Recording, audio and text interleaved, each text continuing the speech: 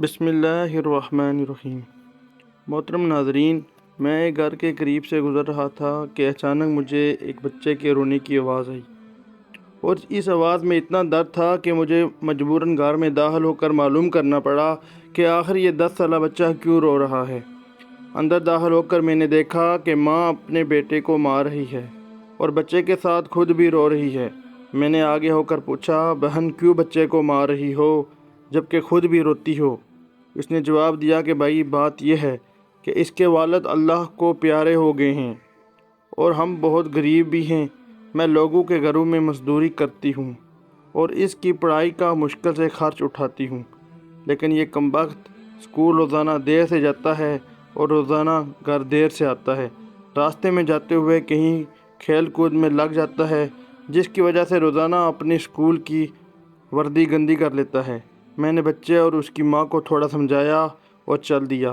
ایک دن صبح سبزی منڈی کچھ سبزی وغیرہ لینے گیا تو اچانک میری نظر اسی 10 سالہ بچے پر پڑی جو روزانہ گھر سے مار کھاتا تھا۔ کیا دیکھتا ہوں کہ وہ بچہ منڈی میں پھر رہا ہے، اور جو دکاندار اپنی دکانوں کے لیے سبزی خرید کر اپنی بوریوں میں ڈالتے ہیں تو ان سے کوئی سبزی زمین پر گر جاتی ہے تو وہ بچہ اسے فوراً اٹھا کر اپنی جولی میں ڈال لیتا ہے۔ یہ ماجرا دیکھ کر پریشانی میں مبتلا ہو رہا تھا کہ یہ ایسا کیوں کر رہا ہے۔ میں اس بچے کا چھپ کر پیچھا کرنے لگا۔ جب اس کی جولی سبزی سے بھر گئی تو وہ سڑک کے کنارے بیٹھ کر اونچی اونچی آوازیں لگا کر اسے بیچنے لگا۔ منہ پر مٹی، گندی وردی اور آنکھوں میں نمی کے ساتھ ایسا دکاندار زندگی میں پہلی بار دیکھ رہا تھا۔ اچانک ایک آدمی اپنی دکان سے اٹھا جس کی دکان کے سامنے اس بچے نے اپنی ننھی سی دکان لگائی تھی۔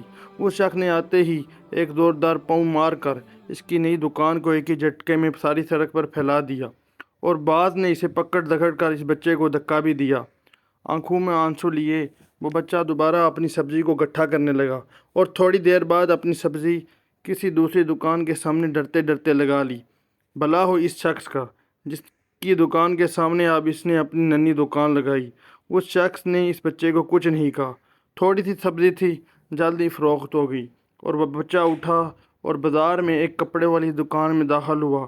وہ دکاندار کو وہ پیسے دے کر دکان میں پڑا اپنا اسکول بیگ اٹھایا اور اسکول کی جانب چل دیا۔ میں بھی اس کے پیچھے پیچھے چل رہا تھا۔ جب وہ بچہ اسکول گیا تو تقریباً 1 گھنٹہ دیر ہو چکی تھی، جس پر اس کے استاد نے ڈنڈے سے اسے خوب مارا۔ میں نے جلدی سے جا کر استاد کو منع کیا کہ یتیم بچہ ہے، اسے مت مارو۔ استاد فرمانے لگا، سر یہ روزانہ 1 گھنٹہ دیر سے آتا ہے، میں روزانہ اسے سزا دیتا ہوں کہ ڈر سے اسکول ٹائم پر آئے، اور کئی بار میں اس کے گھر بھی اطلاع دے چکا ہوں۔ بچہ مار کھانے کے بعد کلاس میں بیٹھ کر پڑھنے لگا۔ میں نے اس کے استاد کا موبائل نمبر دیا اور گھر کی طرف چل دیا۔ حسب معمول بچے نے اسکول سے گھر آ کر ماں سے ایک بار پھر مار کھائی ہوگی۔ ساری رات میرا سر چکراتا رہا۔ اگلے دن صبح کی نماز ادا کی اور فوراً بچے کے استاد کو کال کر کے درخواست کی کہ منڈی ٹائم ہر حالت میں منڈی پہنچے۔ سورج نکلا اور بچے کا اسکول جانے کا وقت ہوا اور بچہ گھر سے سیدھا منڈی اپنی ننھی دکان کا بندوبست کرنے نکلا۔ میں نے اس کے گھر جا کر اس کی والدہ کو کہا کہ بہن میرے ساتھ چلو، میں تمہیں بتاتا ہوں آپ کا بیٹا اسکول دیر سے کیوں جاتا ہے۔ وہ فوراً میرے ساتھ منہ میں یہ کہتے ہوئے چل پڑی کہ آج اس لڑکے کی میرے ہاتھوں خیر نہیں۔ منڈی میں لڑکے کا استاد بھی آ چکا تھا۔ ہم تینوں نے منڈی کی مختلف پوزیشن سنبھال لی اور بچے کو چھپ کر دیکھنے لگے۔ حسب معمول آج بھی اسے کافی لوگوں سے جھڑکی لینی پڑی اور آخرکار وہ لڑکا اپنی سبزی بیچ کر کپڑے والی دکان کی طرف چل دیا۔ اچانک میری نظر اس کی ماں پر پڑی تو کیا دیکھتا ہوں کہ بہت ہی درد بھری سسکیاں لے کر زاروں کو تار رو رہی تھی، اور میں نے فوراً اس کے استاد کی طرف دیکھا تو بہت شدت سے اس کے آنسو بہہ رہے تھے۔ دونوں کے رونے میں مجھے ایسا لگ رہا تھا جیسے انہوں نے کسی مظلوم پر بہت ظلم کیا ہو اور آج ان کو اپنی غلطی کا احساس ہو رہا ہو۔ ان کی ماں روتے روتے گھر چلی گئی اور استاد بھی سسکیاں لیتے ہوئے اسکول چلا گیا۔ حسب معمول بچے نے دکاندار کو پیسے دیے اور آج اس کی کو دکاندار نے ایک لیڈی سوٹ دیتے ہوئے کہا، بیٹا آج سوٹ کے سارے پیسے پورے ہو گئے ہیں۔ بچے نے اس سوٹ کو پکڑ کر اسکول بیگ میں رکھا اور اسکول چلا گیا۔ آج بھی 1 گھنٹہ لیٹ تھا۔ وہ سیدھا استاد کے پاس گیا اور بیگ ڈیسک پر رکھ کر مار کھانے کے لیے پوزیشن سنبھال لی۔ اور ہاتھ آگے بڑھا دیے کہ استاد ڈنڈے مارے اور اس کو مار لے۔ استاد کرسی سے اٹھا اور فوراً بچے کو گلے لگا کر اس قدر زور سے رویا کہ میں بھی دیکھ کر اپنے آنسو پر قابو نہ پا سکا۔ میں نے اپنے آپ کو سنبھالا اور آگے چل دیا۔ استاد کو چپ کرایا اور بچے سے پوچھا کہ یہ بیگ میں وہ جو سوٹ ہے وہ کس کے لیے ہے؟ بچے نے جواب دیا کہ میری ماں امیر لوگوں کے گھروں میں مزدوری کرنے جاتی ہے اور اس کے کپڑے پھٹے ہوئے تھے۔ اس کے پاس جسم کو مکمل ڈھانپنے والا کوئی سوٹ نہیں تھا، اس لیے میں نے اپنی ماں کے لیے یہ سوٹ خریدا ہے۔ میں نے مزید پوچھا، یہ سوٹ آپ گھر لے جا کر ماں کو دو گے؟